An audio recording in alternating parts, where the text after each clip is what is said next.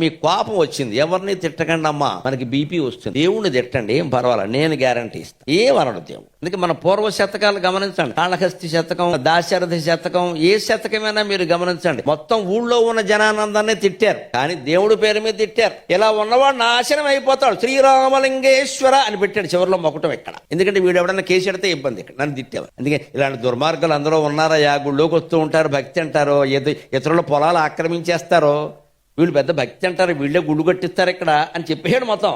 మీరు వేణుగోపాల శతకం, రాజగోపాల శతకం, మదన గోపాల శతకం, గువ్వల చెన్న శతకం, అన్నీ ఇవేనండి. ఊళ్ళో వాళ్ళని తిట్టడమే. అంటే దేవుణ్ణి తిట్టినాయమని కూడా కోపం వచ్చింది. దేవుణ్ణి అనండమ్మా, మీ ఇంట్లో ఉండే దేవుడు ఫోటో దగ్గర ఏంటయ్యా, నేను రోజు గుళ్ళోకి వెళ్ళా, రోజు పూజలు చేశాను, నేను సత్యాన్ని పాటించా, ధర్మాన్ని పాటించా, నాకు ఎందుకు ఇలా జరిగింది అని అడగచ్చు. అది భగవంతుణ్ణి కరిగిస్తుంది. ఒక్కటే లెక్క, మనం సత్యానికి కట్టుబడి ఉండాలి, మనం ధర్మానికి కట్టుబడి ఉండాలి. మనమే తప్పు చేసి ఎలా అడుగుతాం?